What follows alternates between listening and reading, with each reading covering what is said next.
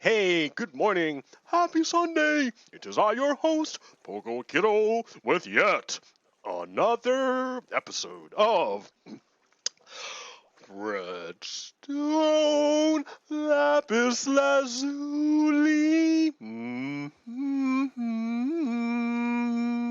Hey, wait, where'd I go, dude? I was here and now I'm not. See, I forgot to set this up. Yeah, right. This is what you get. This is what you get. All right, hold on. Back to game. No, I'm really here. I swear to goodness. You just gotta bear with me for a second as I realize. Here we go. There's my camera. I forgot. Right? Everything else, and then look at my camera's not there. Where'd it go? Okay, so my camera is not on my screen, and I don't know why. I don't know why. Tell me why. Why? It should be on the screen, but it's not. You know what I did is I moved it to another place. I moved it to my back USB port, and I bet you that one doesn't work for some reason. Like, look it, it's like not even there. So what? What if I plug it back in? Oh, but that's annoying because this is like an uncomfortable position. Or here, is it in now? Did it go in? Like, right? What happened? What are you telling me? It didn't pick it up? Dude, come on. Right? How did this happen? Oh no, there goes my thing. Shit on, fuck. All right, hold on, everything's falling apart. All right, here, you go over here. I'm gonna take, let's see, this one out and try this over here. You know what, do I have to stop I have to stop streaming, I think, at first for everything to work out. Let me stop and I'll come back. All right, let me stop and I'll come back.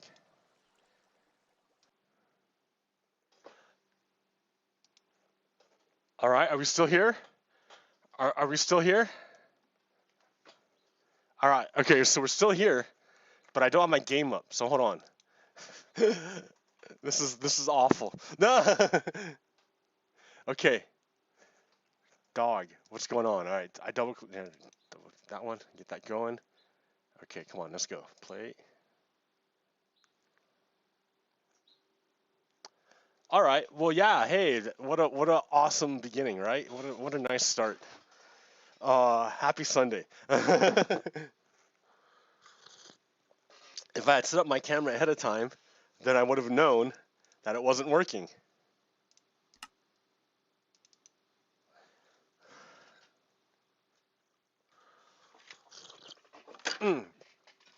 Okay. Well, that was unfortunate. I don't know if that altered things. I'm sure it did. See? I make these rookie mistakes. But yeah, here I am in my base. I'm loading stuff up. Everything is going. Everything seems to be working. I'm flying around. The upload is going. The camera is capturing. Oh wait, something just happened. Stream health. Nope. Stream health is still good. All right. I think just my stream is like super delayed because I messed it up. So I hope this works out in the end. Yeah, hi. So I didn't really play Minecraft very much. Happy Sunday. I haven't played Minecraft very much. So what I did was I went to the jungle. Welcome to the jungle. Yeah. And I started like working on it to like clear it out because I'm like, jungle portal. Because, why not? It's a nice, I'm tired of being where I am, so let's go try something else out for a while. But then you have to realize the jungle is pretty far away. So I had to like make a very long line to get there.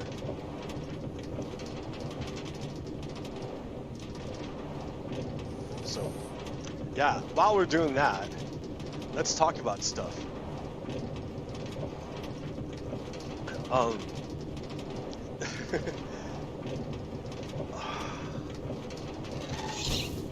Hold on, okay. Maybe not yet. Let me defend myself. Jeez. Jeez Louise.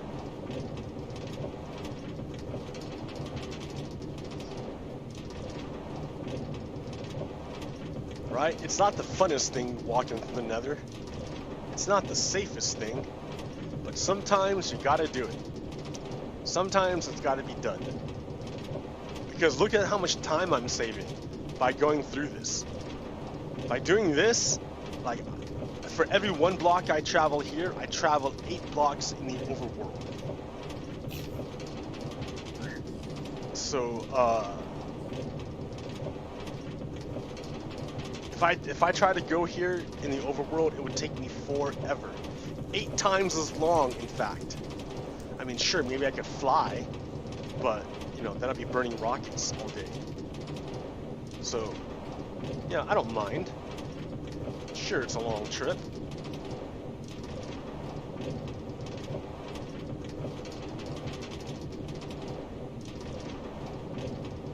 And I think I went the wrong way. Because am I going backwards? I might just make a new line that way. If I'm going backwards. Pretty sure I am though. Alright. Anyways. That's silly. Alright, so yeah, I have this jungle base that I cleared out. I started clearing out a long time ago. But my goodness, it takes forever to clear out this. You can't even see it, right? Here, let me have a night vision potion. No! Look how big this jungle is. Like, what?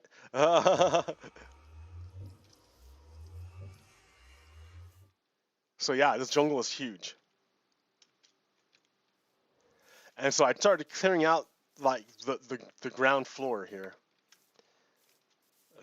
To try to build something. But it takes forever to clear out all this stuff. Look at all these Endermen. You know what? Here. Oh, also a creeper. That's fun. Come, my little creeper man.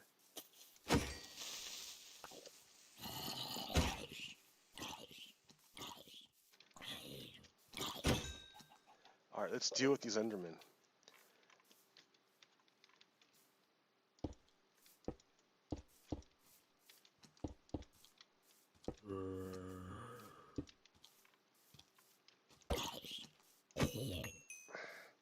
Mr. Enderman, I see your feet and your eyeballs. Yes, that's right. Where's your other friends? Ow.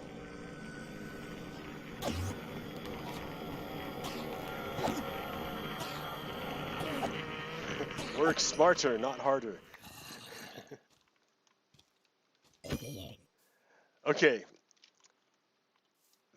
His other Ender friends left because they knew better.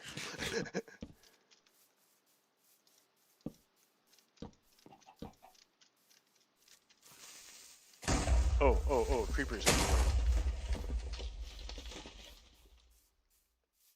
Yeah. So yeah, jungle, right? I wanted to make a base here.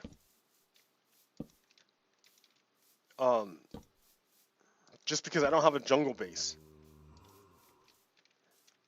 But to do it, I had to clear out some land, clear out some space.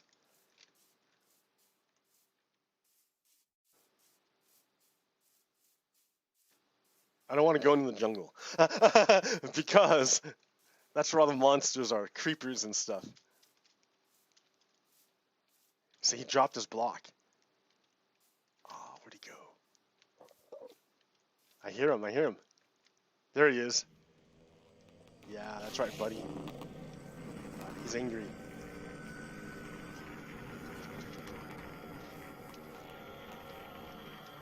Come for me, Enderman. Oh.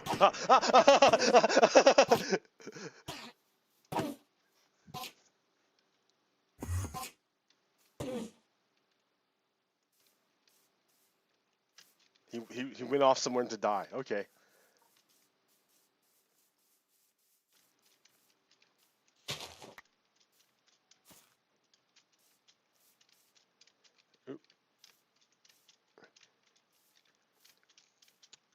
So yeah, I decided I wanted to make a base here.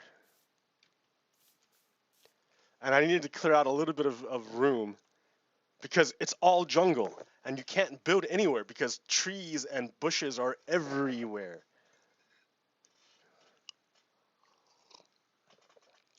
And like it's not safe. So yeah, I have maybe 10 minutes to build a house real quick. And then I have to switch to like talking mode. Okay. So I have an ender chest I brought with me. I don't like how this, yeah. I don't have anything else though, right? I forgot to bring, I don't have obsidian. Well, here, let's just make a house. Dirt, come on. Blackstone, all right, fine. Polished blackstone.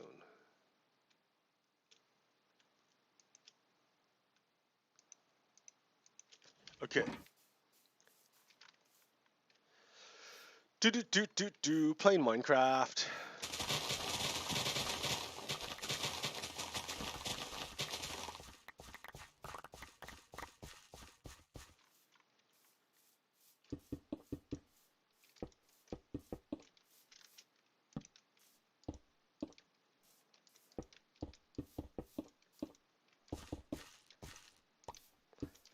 So yeah,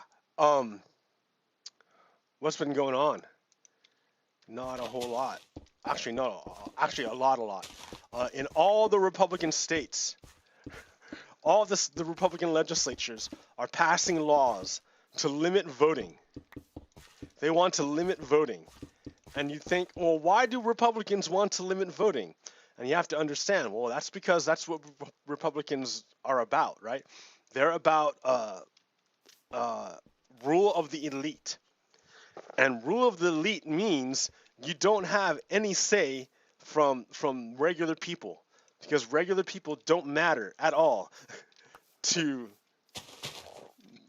the elites, to the Republican Party. And it's not a joke, right? I'm not like just doing this show for whatever, for fun. I'm doing this to inform people and make them aware of what's happening. Now, I've been aware of the situation for a very long time. Let's recap really quickly how, like, just the recent history that brings us to this moment. I'm not talking about all the older history. I'm talking about the recent history that brings us to this moment. So, and I'm going to tell you from where it starts from for me. I need to make a crafting table because I'm like, where are my bricks? I'm like, I have no bricks. Gotta make bricks. Bricks.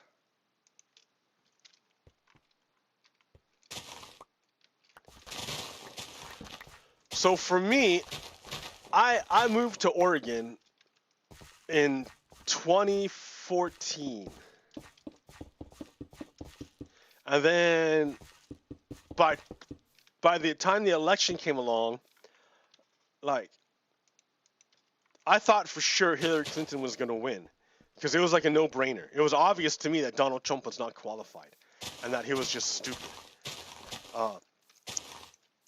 So I was in utter shock when Donald Trump won the presidency. I was in utter shock. I did not want him to win because I knew he's a fascist. I knew it. So I thought for sure Americans would see this and reject him. But they didn't.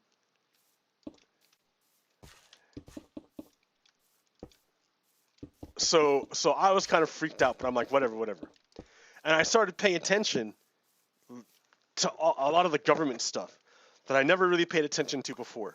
Like never. Like I never knew about the Department of Justice or the FBI or how court cases work or how the federal government was structured. I never paid attention to that stuff. I didn't have to. Like, it just worked. I didn't need to look at it. But now all of a sudden something happened and like things weren't right. And I knew they weren't right because before the election happened, there was an interview by, what's his name? Rudy Giuliani. And in this interview with on Fox, Rudy Giuliani let it be known that he had inside information that something was going to happen in the next few days. And lo and behold, Comey dropped his bomb that he is reopening the investigation into Clinton. And for me personally, before the election happened, when I heard that, when Comey said that, that's the thing that changed my vote from Clinton to Stein. I was going to vote for Clinton, and I decided to vote for Stein after that. Because I didn't really know what was going on with the Clinton thing, but at that time I wasn't paying real close attention. And I figured if the FBI is all into this, something must be going on. So I didn't really get it. But then I saw and I figured Oregon, Clinton's going to win anyways. It's not like I have to worry about it. Clinton's going to win. So in Oregon. So my vote's not really going to matter. I can vote for Stein without endangering Clinton. And so I did, right? I just voted for Stein. And because Comey came out and said he reopened the investigation. And then I put my vote into the Dropbox. I was like, all right, I'm done. I'm over it. He closed it a few days later, but still, I already voted. And it cast a big shadow on Clinton for me, that he would reopen it so close. It was like he was trying to tell us something or something. Like, I don't know. Why did I trust Comey? I don't know. I was dumb. I was stupid. I didn't know any better. I mean, if you listen to Comey, the way Comey tells it, Comey says if he didn't reopen the investigation into Clinton, then a rogue element inside the FBI was going to leak it and then make it look real bad for Clinton by leaking it. So Comey says he didn't have a choice. It was either reopen it cleanly and then close it cleanly, or don't reopen it and then let the rogue element in the FBI leak it and then create a big scandal.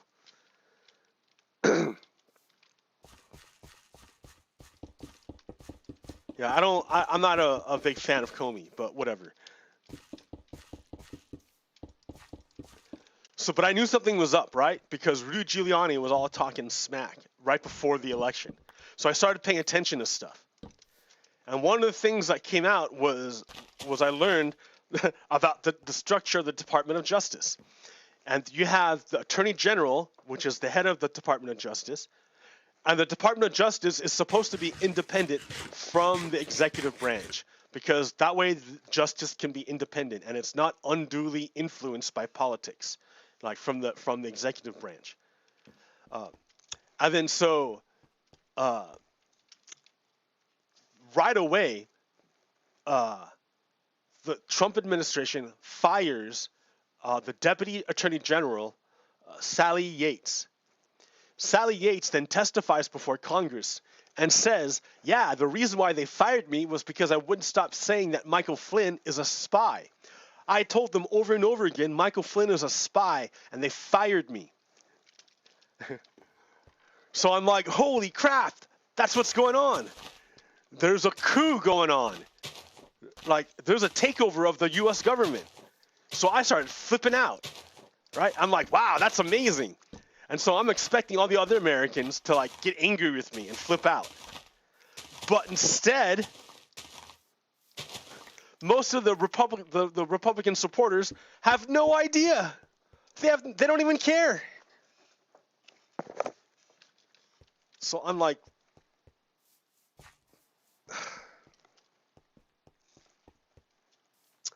and then Comey gets fired by Trump. And then the very next day, Trump goes in the Oval Office, invites the Russians into the Oval Office, and tells the Russians, "Oh, don't worry about the investigation. I fired Comey. I got rid of, I fixed it. I cleaned it up." That's what Trump said. So I'm like, man, Trump was a traitor. But I'm like the only one in my social circle that knows. And I'm flipping out. I feel like insane that I'm the only one that can see this. So I start going in to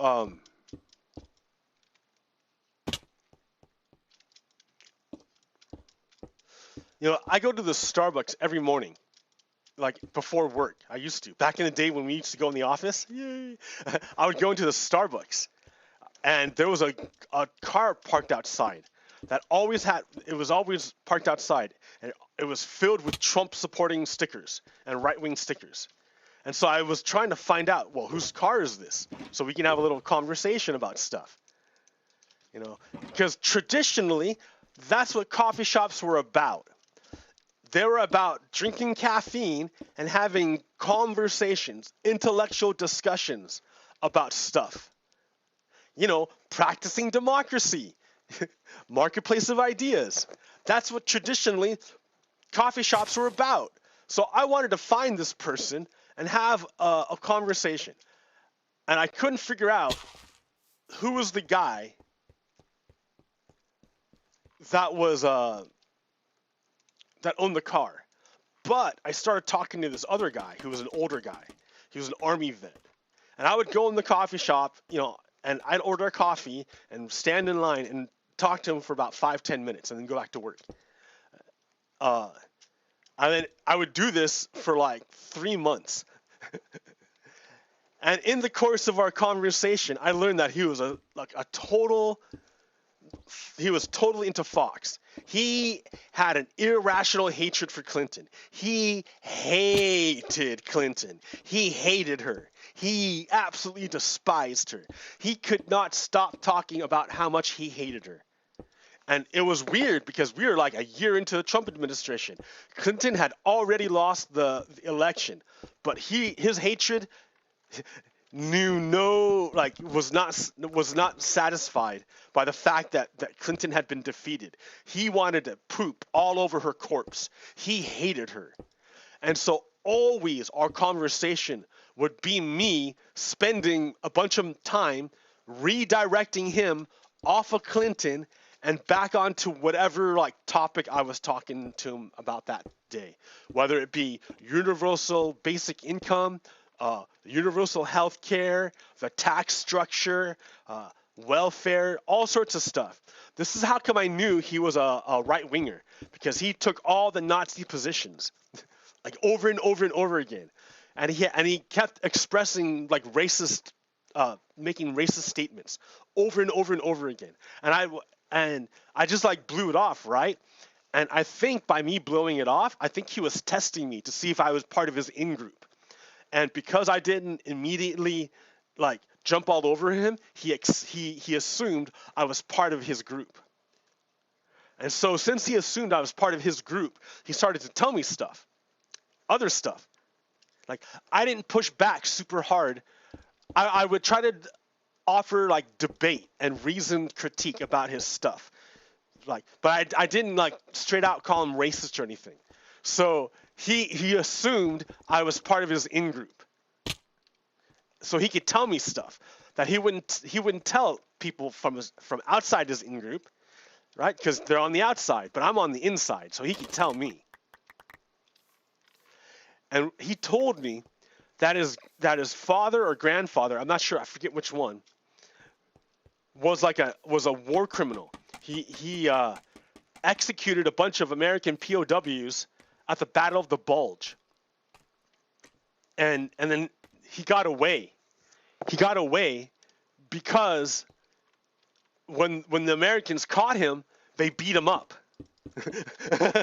and when they went to trial, they said, well, we can't convict him because you treated him badly after, when he was a prisoner of war. So you can't convict him.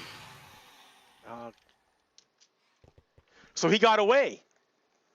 So he was a Nazi war criminal, and he got away. And he lived till he was 70 years old, until vigilantes found him and killed him. They found out who he was, and they killed him. So him, when he was a baby, he was smuggled out of Germany, of Nazi Germany or whatever, and he moved to the United States where he was raised. That's what he told me. And that he served in the U.S. Army or something, in the forces. Right. But at the same time, he's also saying all this racist stuff. So it's clear that he's not really on board with American ideals. He may have served in the U.S. Army, but it wasn't like he was serving for the Americans. He was serving for white supremacy. He was learning weapon skills for the Boogaloo. Even back then.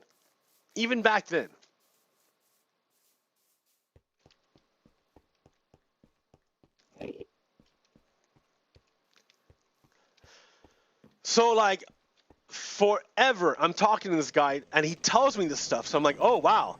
So his grandfather or father used to be a Nazi. He was smuggled away so he wouldn't be a Nazi. He grew up, and now I'm listening to him, and everything he says sounds like a Nazi. It sounds to me like he's the reincarnation of his Nazi father. And that's when it kind of dawned on me what was happening in the United States, when it started like clicking, that we were like literally at war and we were being invaded. Because that guy was the reincarnation of his Nazi war criminal father. He may have said he was an American. He may have joined the American Armed Forces, but everything that came out of him was Nazi. Everything. And so I like flipped out. I flipped out because I saw with my eyes. I saw how he was the reincarnation. I saw it. And I flipped out. And I started to denounce him and scream at him that he's a Nazi. I screamed in Starbucks. I was screaming at him that he was a Nazi. And at first, he thought it was funny. He thought, oh, look at this guy's acting. He's mocking. He's pretending to be a liberal snowflake. Ha, ha, ha. Look how funny you're being. Right? It didn't dawn on him that I was being deadly serious, that he is literally a Nazi. It didn't dawn on him that I saw him. He thought I was part of his in-group. And so, yeah, they had to kick me out. The employees had to physically drag me out. I mean, I didn't resist them. They didn't have to drag me. I didn't like fight back against the employees, but they had to like say, okay, they had to like physically get in between me and the guy and keep pushing me back. Until now, I was out. And then the next day, I went back and I did it again until they kicked me out. And then they said, don't come back. We're calling the cops. So I started going to McDonald's because I couldn't go to Starbucks anymore.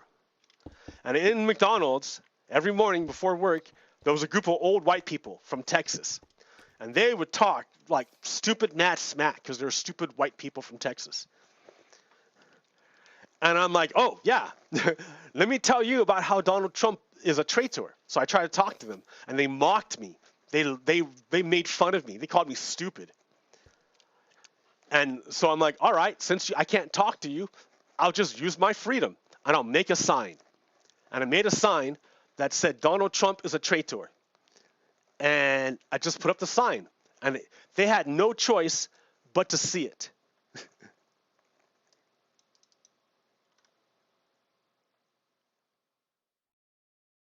Where'd I go? Oh, I didn't. Oh, did I not put that one up yet? I didn't go back that far.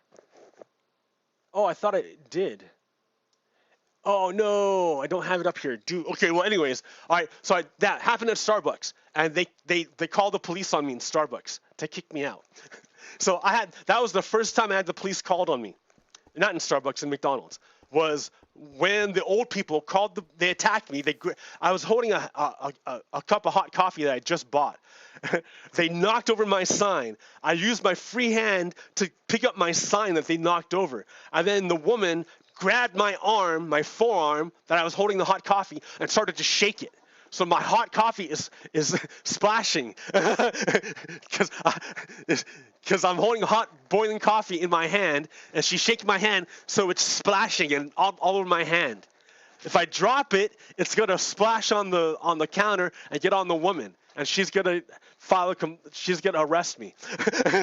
But if I hold it, it's gonna burn my hand, and if I push her hand off me, she's gonna arrest me. I had no way to win, right? These old white people had the entire structure against me, the entire thing against me. So they can attack me, they could strip me of my First Amendment speech, they could mock me, and then they'll, if I try to defend myself, they'll use the state to hurt me. I had no way of winning. I had no way of winning. So I started going to Salem Saturday Market. And when I went to Salem Saturday Market, I saw something that freaked me out. Well, no, I went there, right? I started going to Salem Saturday Market. With my sign, just so that people could know what's going on. Salem Saturday Market with my sign. This is 2018. Oh yeah, there's the old people. There's my sign that says Trump is a traitor. Here's the old people that called the police on me. These are the old people that called the police on me. Right there. There's she's calling the police on me because of my sign. She's calling the police on me. These are people from. Then later on, this woman here would grab me by the arm as I'm holding my coffee and shake it so that the hot coffee would splash on me, or I could drop it and get it on her, and she could arrest me. These guys are Nazis. They're traitors, right? These guys are all with Donald Trump. They're with Vladimir Putin, right? They're traitors. So this all happened probably at the same time. Then I went to Salem Saturday Market, and I saw this guy with his wife put up a sign that says Russia is not the enemy. Who is the enemy? Wall Street money, yeah. The CIA, FBI, NSA, Department of Justice, Congress. You mean the American government is the enemy and Russia is the friend? The Americans are the enemy and Russia is the friend? Is that what you're saying? And yet nobody saw this. This guy had these signs up everywhere, all over, and no one said anything. I couldn't believe it. So yeah, I'm going to do this. And of course, I get attacked. Not him, not the guy who puts up a sign that says Russia is our friend and the United States is our enemy. He doesn't get attacked. No one cares about him. No one even sees him. But me, they all attack me. So there I am. There's the group of Nazis, right?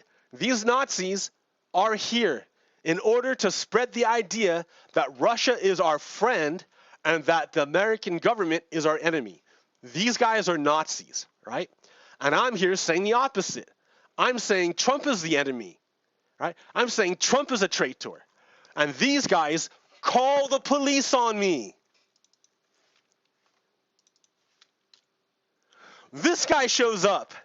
This white guy shows up and says this Nazi stuff, right? This Nazi shows up and says this. I'm telling you, dude, it was all over Salem. And then watch what this Nazi does. Then the Nazi reveals his true hatred, right? So now what he's saying is that he's a Zionist. So he's a Zionist. What he's doing right here is he's signaling that he's a Zionist. Dual citizens, what he's talking about are, and the three things, what he means are Jews. So he's talking about Jews, and he's saying bring the Jews in. And he's saying Islam is the real enemy. And then now here he's saying diversity is white genocide. So he's signaling that he's a white supremacist Zionist, that he's all about taking land from other people by killing them. So he's literally an enemy of the United States, but nobody sees him because he's white. Now here's another thing I saw. This guy is named Steve Rogers. Right? His name is Steve Rogers. He's blind. And this was on the day of October 27th of 2018. This is the day of the Tree of Life massacre, when Nazis murdered a bunch of people at a Tree of Life.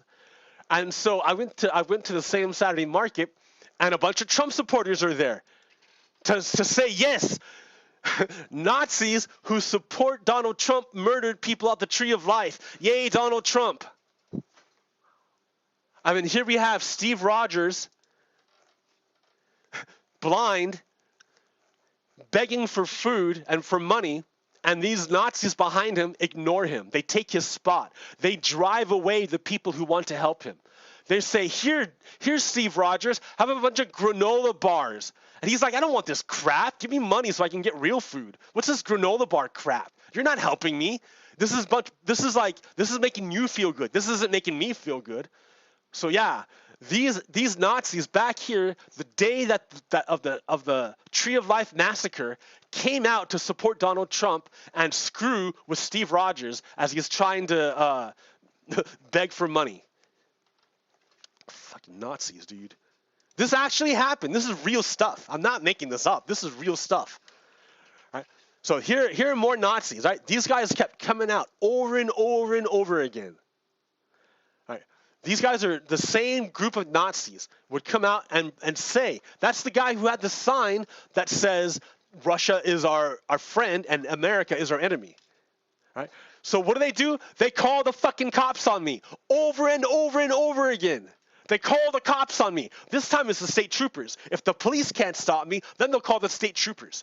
All the time they try to call the cops on me. All the time. Nazis love calling the cops on people. Why? There's the guy. There's a Nazi who called a cop on me. There's a Nazi right there. That's a Nazi. That guy right there is a Nazi. That guy right there is a Nazi. This guy right here is a Nazi. Just so you know what a Nazi looks like. Right? That guy right there, this guy is a Nazi. He's a real Nazi. This Nazi came up to me and told me, oh, I love how your swastika is so nice and cute. So I didn't realize that I had to fuck up a swastika in order to piss off Nazis. So I did. I wrecked my swastika. And so he was all like, grrr. But yeah, this guy's a full-on Nazi. He came out and told me that he was a Nazi. This chick here, she's a Nazi. She doesn't look like a Nazi, but that's the funny thing about Nazis. They're not always like obviously Nazis. There's a lot of crypto Nazis out there, but she's a Nazi. They always call the cops on me. Always calling the cops on me. This chick right here called the cops on me. She called the cops on me. Hey, Antifa, free speech is for everybody, not just for you. And yet he calls the cops on me. This guy who says Russia is our friend and America is our enemy calls the cops on me because he didn't like my sign that said Trump is a traitor. Do you see how Nazis work? They're evil. This guy is a Nazi. He's evil. God, they're hypocrites. That's the funny thing about Nazis. They don't have a form, right? They don't have a shape that they get. Like, hypocrisy works against people with integrity, right? Integrity, like a core that holds you together, something that you cannot violate. Integrity. Nazis have no integrity. There's no core to them. They have nothing that's involatile, right? They're totally malleable. So they will bend and twist and be whatever they need to in order to have power. So for us, right, we'd say like, oh, look at that hypocrisy of this Nazi. He says he wants free speech for everyone, but he calls the cops on people who have speech he doesn't like. That means he's a hypocrite. But for the Nazi, he doesn't care. He's only about power. He's not using these words because he believes in them. He's using these words because he knows they have power, and he wants power over his enemies. His enemies are anti-fascists. Why? Because he's a pro-fascist. Don't believe me? Look at the signs he carries. He says Russia is our friend and America is our enemy. Obviously, he's a fascist. Here, what's another thing of fascism? False equivalence. Fascists love to use false equivalence because when you use false equivalence, then that you're saying there's no such thing as truth. And if there's no such thing as truth, then the only thing that matters is power. Right? If you're saying that there's no such thing as truth, then the only thing that matters is what I can do to impose my version of reality. Right? If no truth exists, the only thing that matters is if I can beat you until you agree with me. Or I kill you. Right? If you're saying there's no truth. So this guy is saying there's no truth. That all these guys are war criminals. I mean, they kind of are, right? But he's not saying it because he honestly believes it. He's saying it to absolve Trump and Bush, really. He's trying to... I mean... I shouldn't have done that. So yeah, these Nazis would post up every Saturday morning at the Saturday morning market to spread fascism. And no one blinked an eye, except for me. I couldn't believe it. And then this dude, yeah, obviously, right? All of them attacked me. It wasn't like they just sat there, right? They didn't just sat there. They called the cops on me. They called me names. They did all sorts of toxic shit to me all the time. All the time. And what am I going to do? Yell back at them? Then I look like an asshole for yelling at old white people. Yeah, the power structure favors the Nazis.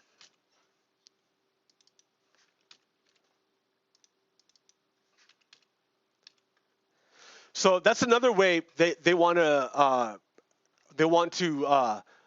conflate things, because they'll say things like this to make it sound neutral. Let's return to the Bill of Rights. Like, who doesn't agree with that? Of course we should return to the Bill of Rights. But if you scratch a little bit, if you ask them about stuff, you'll find out, oh, they're actually Nazis. It's real easy. Just got to talk to them a little bit, and you find out, oh, that's actually not what they're talking about. What they will actually mean is that Russia is our friend and the United States is our enemy. That's what they're actually saying. Now, remember the other thing I told you. Birds of a feather flock together. Nazis hate Kate Brown. They hate Kate Brown. Nazis love Trump. They also love Tulsi Gabbard. Remember, Tulsi Gabbard is like a pro-Russia person. She's a useful idiot for Russia. And this dude here, he is an asshole too. He cussed me out because I wouldn't sign his petition. So all these guys hang out together. Birds of a feather flock together. They're all Nazis. Oh, look here. This old... So then I started... On my break, I would go to my work. That's the McDonald's I got kicked out of. On my breaks, I would go out on the corner and hold a sign that says Republicans are Nazis. And then I would meet Nazis all the time. Look at this Nazi. Hi, Nazi. Oh, shit. Oh, yeah. There's a Nazi right there. That guy's a Nazi. He's a pro-Nazi guy. He's like, oh, yeah, I hate America. There's me with my sign. Yep, that's the sign I was holding. That guy is that guy's a Nazi. He's a Nazi. He's with the Russians. He's against America. He's an enemy of the United States. That guy is a Nazi. He called the cops on me. This guy he didn't like my sign, so he's a Nazi, so he called the police on me. There he is, calling the police on me. There's his license plate if ever you want to track him down. There he is, waiting for the police to come arrest me because he's a white supremacist, and that's what he thinks the police should do. Of course, they don't show up, but that's hilarious. Right? There's me. Look at the color of the air. It's because there was like smoke. It was awful. I hated that summer. But yeah, for 3 years, I went out there. And you could see the Nazis got more and more obvious that they were Nazis and that they were about being Nazis, that they want to overthrow the government. That's what they're about. Remember, they would go on to try to overthrow the United States government. Oh, that's that same guy that was holding the Tulsi Gabbard sign. Now he's pro-Trump. Do you see what I mean? Birds of a feather flock together. They all hang out. They all hang out. Look, more Nazis. These guys are Nazis. They are Nazis. They want Russia to overthrow the United States. These guys are Nazis. They hate the Constitution. They're white supremacists, right? Do you see that? That's what white supremacists look like. Isn't that weird? Isn't that weird? But wait a minute. Isn't that a white supremacist? Yes. Isn't that a white supremacist? Yes. Isn't that a white supremacist? Yes. Isn't that a white supremacist? Yes! There's another white supremacist who would call the cops on me. There's another white supremacist, right? White supremacists are everywhere in this country, right? Look what they did. They called the cops on me again. Hey, cops, that guy back there, he was posted there to record me. He was watching me, and people would come up to try to start fights with me, and he would record me without me watching because he's behind me, off to my side, and he wanted me to do something stupid so he could record me and put me on internet and discredit me, right? So the police could come arrest me. Structural racism. They want fucking right. Fascism. These guys are fucking Nazis. Look what they tried to do to me. They tried to get me arrested over and over and over again. They're fucking Nazis. Look, more Nazis. These guys are Nazis, right? They're calling the cops to get me arrested because I'm calling out their white supremacy. Fuck them. Yeah, that was the last one. And then what? And then there was the election. And then, yeah. So, yeah, then we had the election.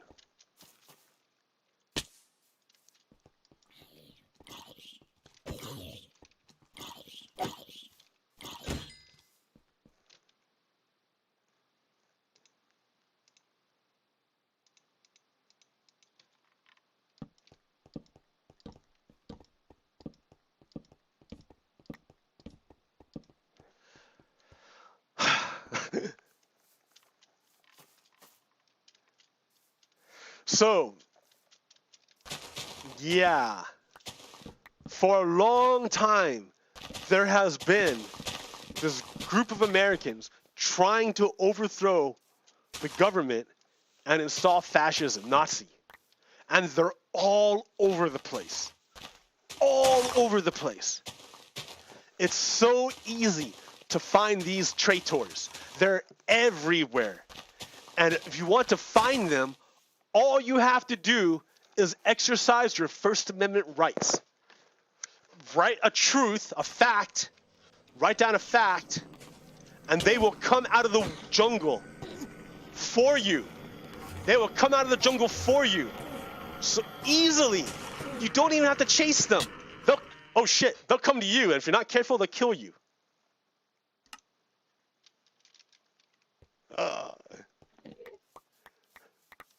I didn't realize I had no health. What happened, dude? So, yeah. Nazis are here to kill you. They're not here to be your friend. They're not here to debate you. They're not here to change your mind. They're here to kill you. And it takes them a little while, right? It takes them some time. It's not like they can just come up and kill you. They have to twist society enough so that they can get society to kill you for them. But that's what Nazis are about. They want to kill you. Make no mistake. That is the ultimate goal of Nazis, is to kill you. It doesn't matter who you are. You can be a white person. Nazis are here to kill you. I don't care if you're a white person. Nazis are here to kill you. Because if you look close enough, everyone is a minority. Sure, you're a white guy, but are you old? Are you young? Are you brown-eyed? Do you have the right hair? Do you speak the right languages? Sure, you're a white guy, but what about your earlobes? How do they attach to your ears? Sure, you're a white guy, but what about your thumbs? You look close enough, and everyone is minority. And Nazis kill minorities. That's what they're about. Because Nazis always need a scapegoat. So when they run out of one scapegoat, they find another one. That's what Nazis do. That's why Nazis are evil people. That's why we fight Nazis.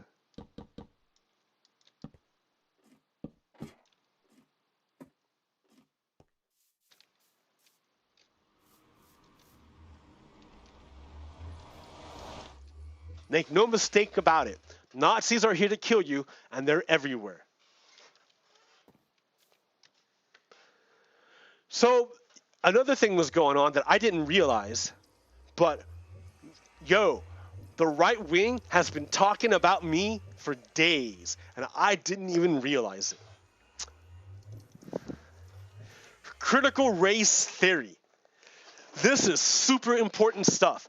And I didn't realize, it's kind of what I've been telling you about this whole time, but I didn't really, I wasn't explicit about it. And now I think it's time to be explicit. And this comes from the American Bar Association. It's pretty recent, January 12th, 2021, by Janelle George, a lesson on critical race theory. So what this is really about, it's really about being critical about race theory. Race theory already exists. We're not making this up. Race theory is the idea that's been kicked around for days. You remember, have you heard of something called the Caucasian race? Then you already know about race theory. Because there really is no such thing as Caucasian race. It was something invented by, I forget, some guy. Race was invented by some guy. It doesn't have any biological connotation to it. It was invented by some guy to support white supremacy. It's like, why are white people so awesome? Well, why is it that white people why is it that, how do they say it? Okay, we're killing these people and taking their stuff. We need to be able to say why it's okay to do this. I know it's okay for us to do this because white people are inherently better than everyone else. Therefore, it's okay. And out of that came race theory. So that's the beginning of it, right? Imperialism. I can come to your land, kill you, take your stuff, take your land because I'm inherently better than you. Race theory. It would not be until many, many, many years later until some people were like, wait a minute. Let's take a look at this race theory critically. The birth of critical race theory. Brand new. Race theory has been around for a long time, but now let's be critical about it.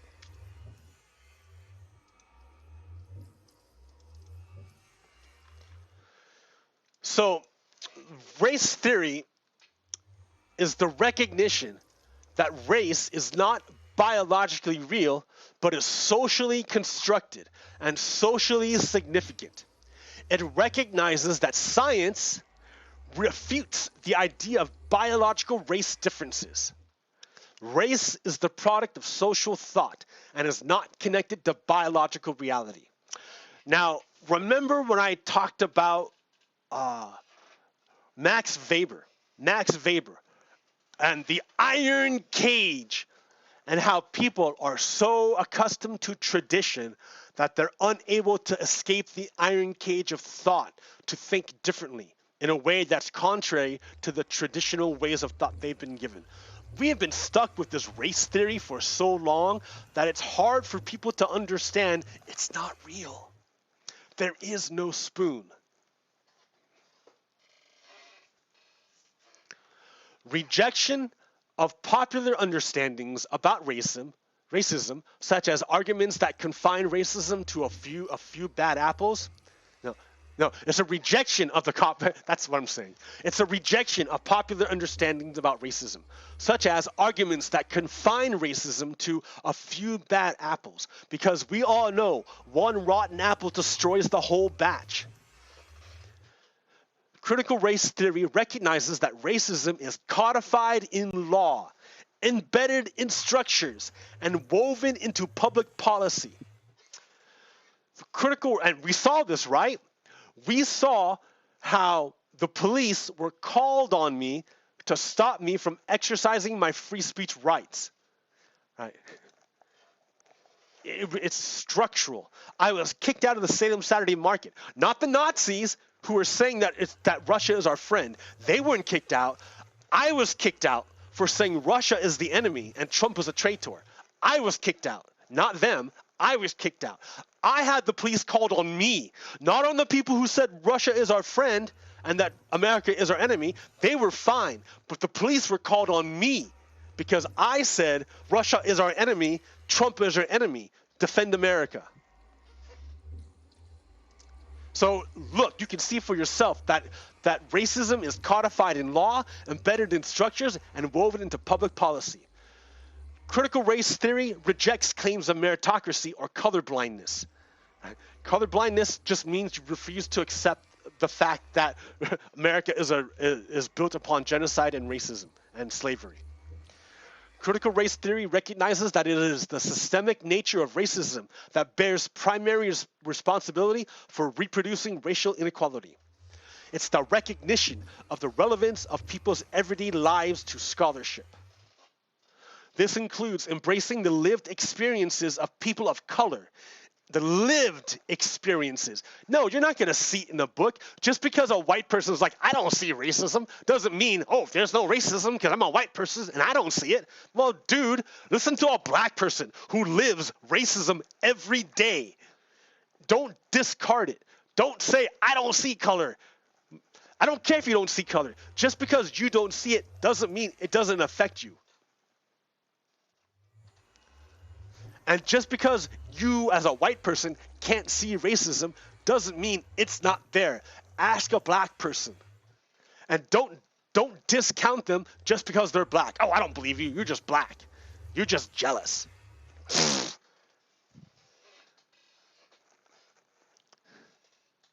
All right. So embrace the lived experiences of people of color, including those preserved through storytelling. And reject deficit-informed research that excludes the epistemologies of people of color. Epistemologies, how do you know? Epistemology, how do you know? Well, I lived it. Now, a criticism from me can be like, well, your friend uses her epistemology of lived experience to refute your claims of systemic racism. But then I'm like, yeah, but then remember, she's a white woman.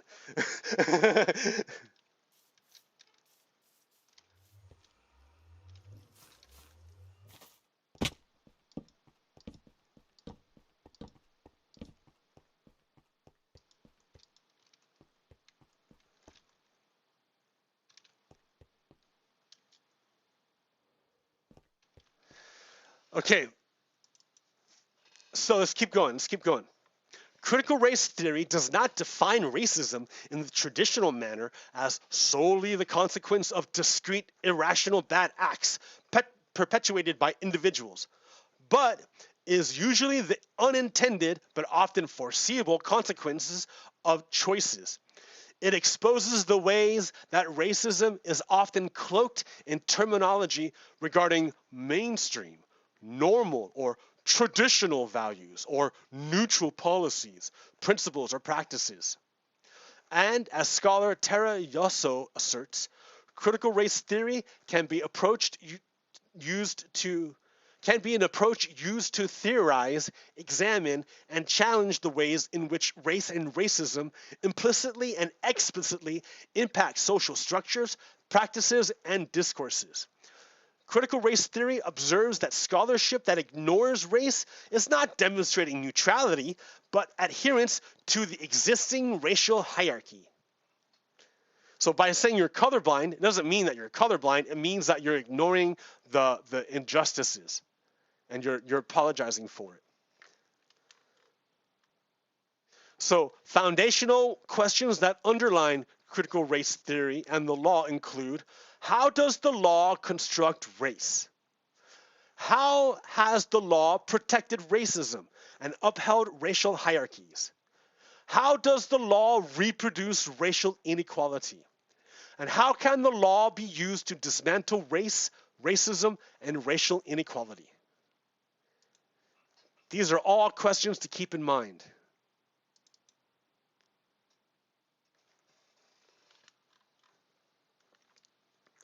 So, the limitations of legal interventions have led to current manifestations of racial inequality in education, including the predominance of curriculum that excludes the history and lived experiences of Americans of color and imposes a dominant white narrative of history.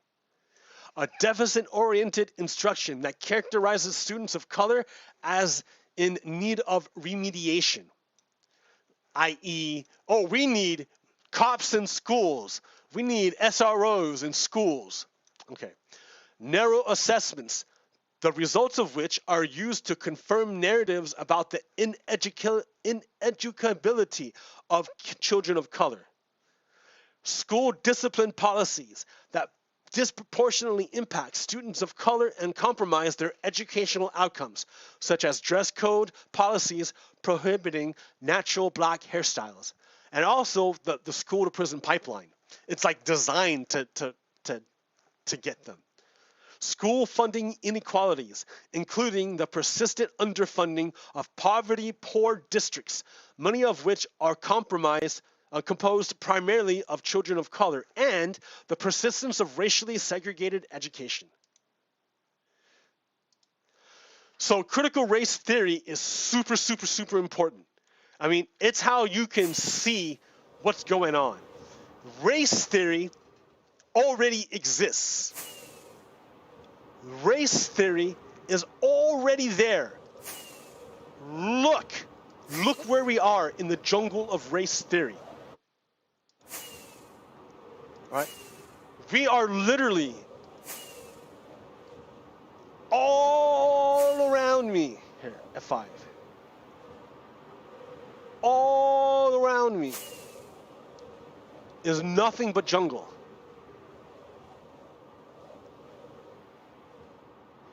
Nothing but racism, race theory. Everywhere I go is race theory.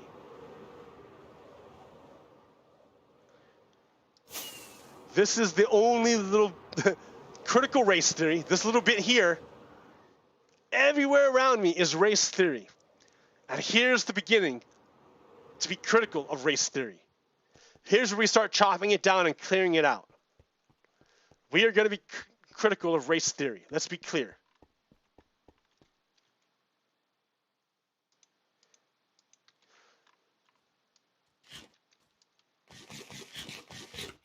What's up, zombie? Okay. So here's what the right wing are saying. Now, the right wing, what they want to do is the goal is to have the public read something crazy in the newspaper and immediately think critical race theory. we have decodified the term and we'll recodify it to annex the entire range of cultural constructions that are unpopular with Americans. So yeah, that's a good idea. The right wing, what they want to do is they want to conflate critical race theory with everything. They do this all the time. Remember, the right wing have no problem with hypocrisy. Right? They don't have any real form. So for them, it's easy to fall back on their words because they don't care. They're in it for power. Here, let me go pull this one's really important. I should have pulled it up before. This is like super good. Twitter. Notification. This is a good conversation. This was a good, oh, no. Where'd it go? Where'd my good conversation go?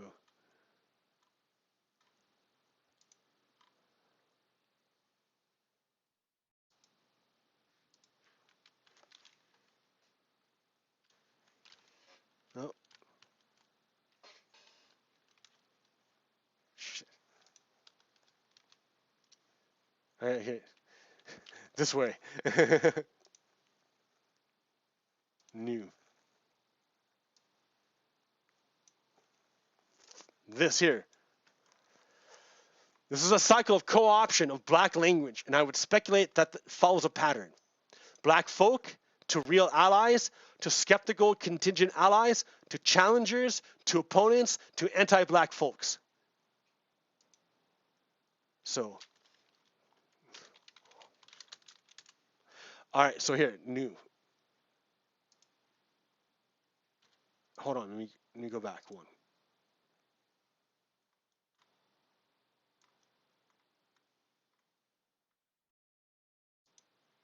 And then this is the other one.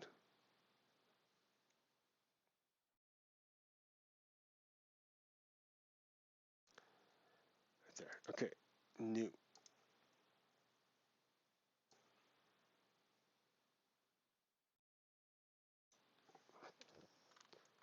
So for example, this is how it's done with woke, right?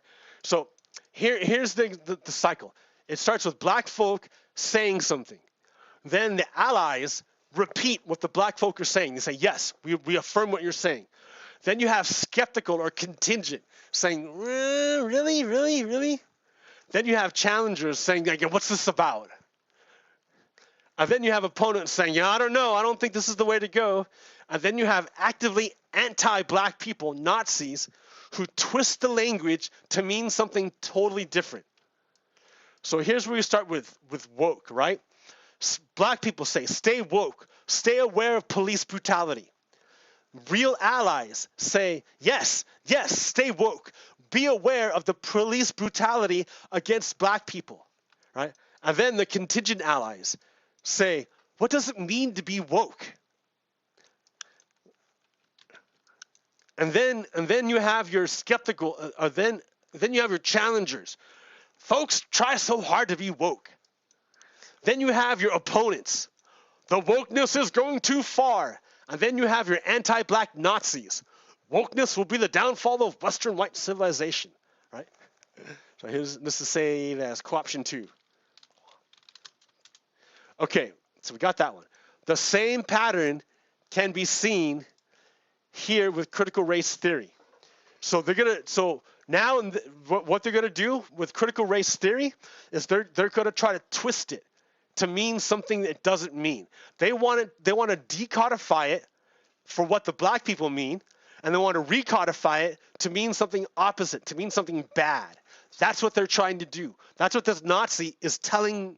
Is they're explaining. Nazis are explaining what they're going to do. What they did with woke is what they're going to do to critical race theory. That's exactly what they're going to do. So and here's another Nazi.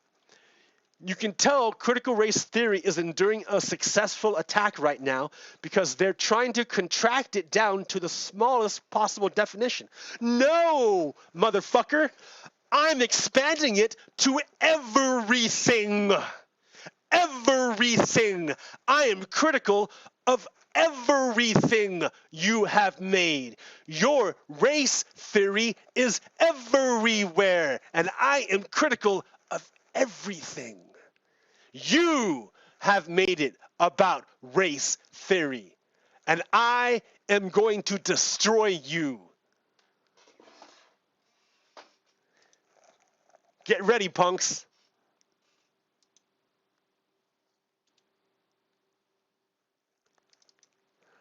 Isn't this hilarious, though? We've all seen this meme before, right? The meme of the rich guy. There's a pile of cookies, 10 cookies. A rich guy takes 9 of the cookies, and there's a white worker and a black worker. And the rich guy who took 9 of the 10 cookies whispers to the white worker, "Hey, that black guy is trying to take her cookie." This is the same thing. This is the same meme. This rich guy convinced the poor white guy, that these poor immigrants are taking his money. Fox News does this.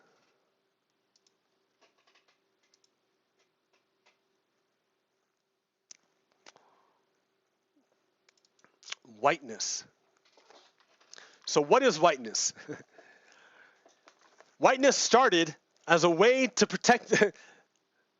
It started as a way of dividing up the slaves in Barbados, the indentured European servants and the African slaves. They were afraid that these two groups would combine together and overthrow the slavers. So the slavers came up with an idea to keep the slaves divided. They would give privileges to their Christian European slaves that they wouldn't give to the African slaves. That way they could keep the two groups divided against each other. That's the very, very, very, very, very beginning of white privilege. That's the very beginning of whiteness, because there was no white in the beginning. There was no white. It was, I'm English, I'm Dutch, I'm French, I'm Belgian. It's not I'm white. White came about in order to differentiate the European slaves from the European indentured servants from the African slaves. That's where white came from. It's a social construct. A social construct. It's not real. There is no spoon.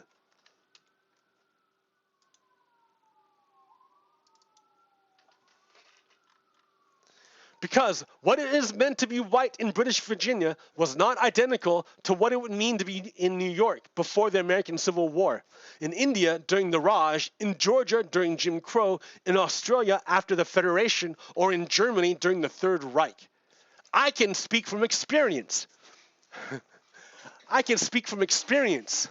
Let's see. So for Head Start, where was I in Head Start? I guess I was Torrance, but like in the industrial part of Torrance. It was like the bad part.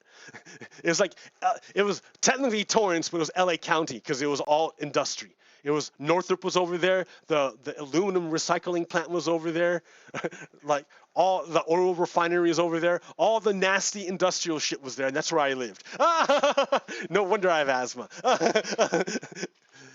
But I went to Head Start there. But my mom worked in the Torrance School District, and so I got to go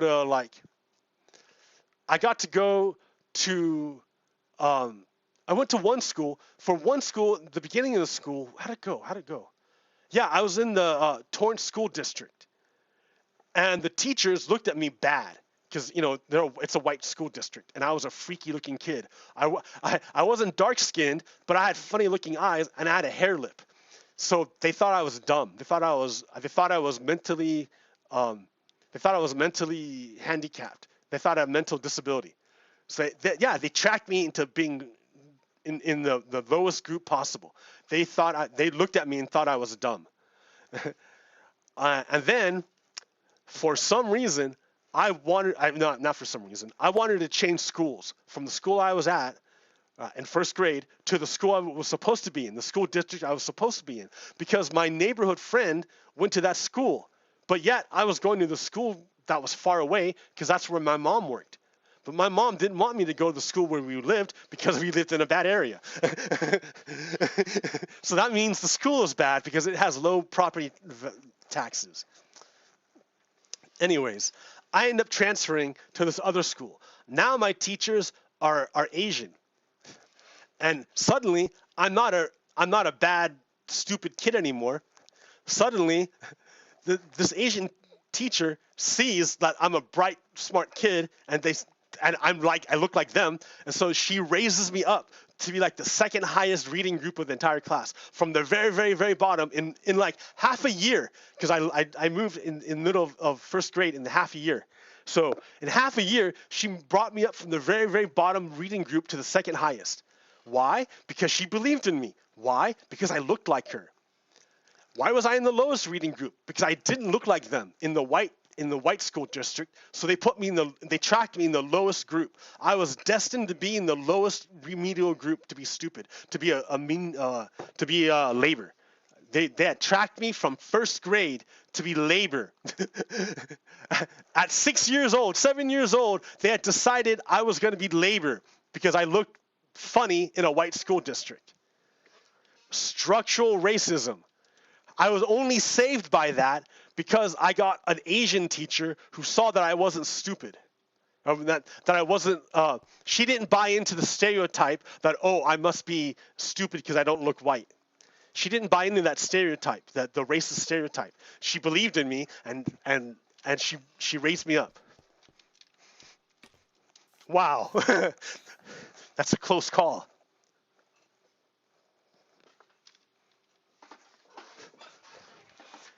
It's real. It's real. Racism is real. So whiteness is a real thing.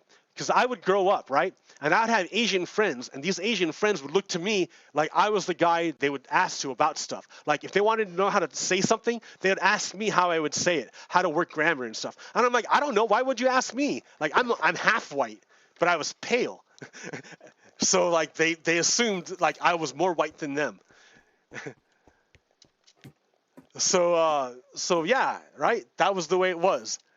And then I moved out of LA to Nevada, to the rural Nevada. And I was the only even though I was pale, I was the only not white person in my group of friends.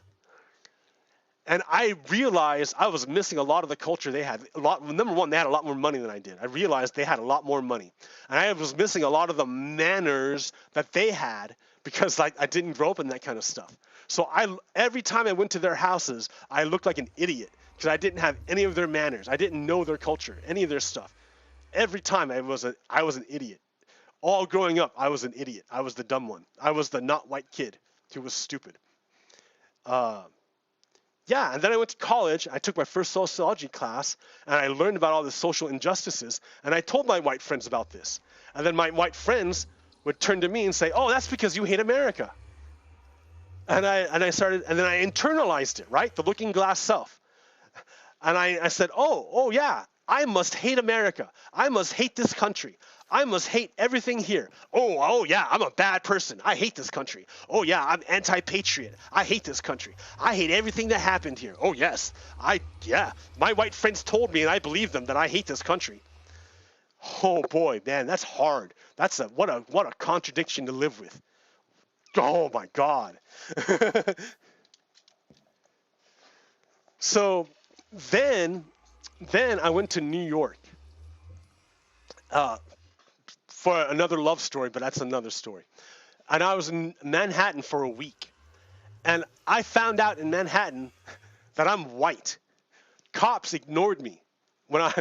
Cops ignored me. And other people of color, when I asked them, they're like, "Yeah, you're white." Of course, what I really was a country bumpkin, because I'd never ever been in a big city like Manhattan.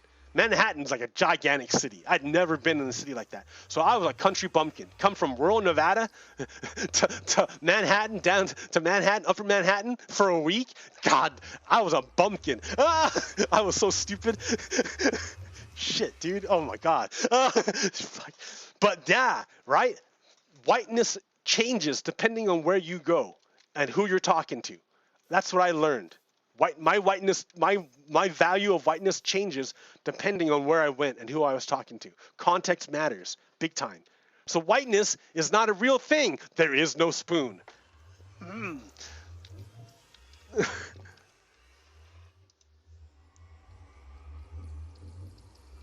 All right. Fuck the police.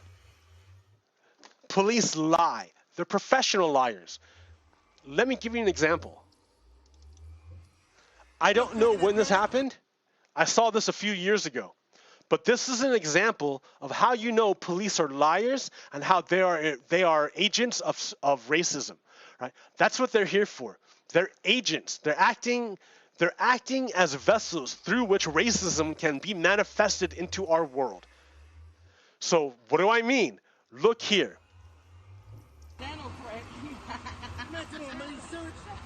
Okay. Now watch this. He's looking around. He drops that. He drops it. And then he finds it again. And he's like, oh, look, I found drugs. And he's like, uh-oh.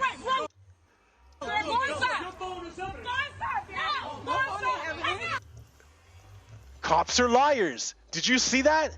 Here, I want to show you again. I want to zoom in real close so you can see what he did, what this cop did. Oh wait, I remember how to do it. Let me do it. It's not like this. No. What are you doing, dude? Okay, it's like this. Oh. Zoom. Let's see that again, but zoomed in.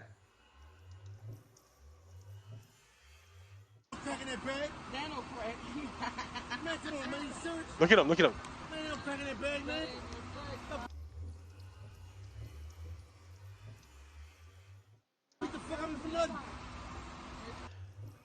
He's gonna look around. He's gonna look around. The cop looks behind him to see if anyone's watching him. Right, no one's watching him. Right, he's gonna drop it on there. Let me zoom this out. Oh man, I messed this up big time. Okay, let's watch this again.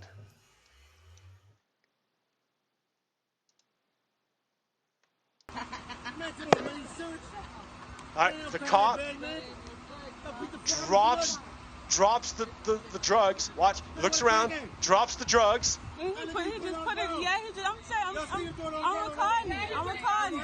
Finds it. She recorded. Get out the back room, girl. Go inside. Yep. You see that cop?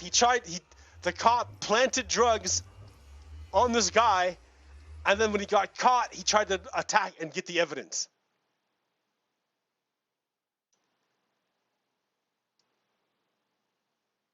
Because cops are professional liars. Their purpose is not to protect and serve, it's to enforce white supremacy.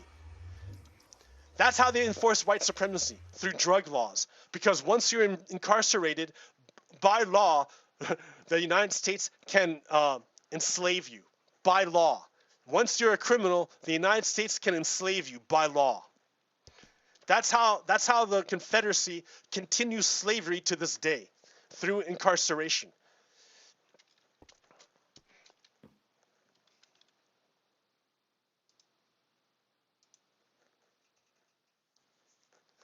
So one last thing. I saw this. I thought this was great. One last thing. We've all seen this chart.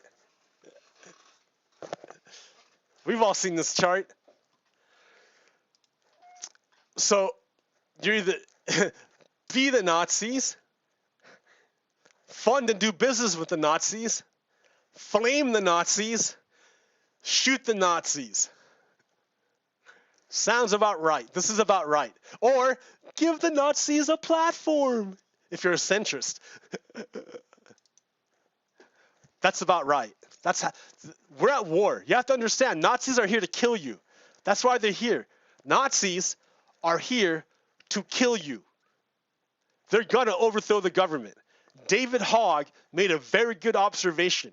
He said if Republicans take the House in 2022, they will impeach Biden and refuse to accept the election of 2024 when Biden wins again.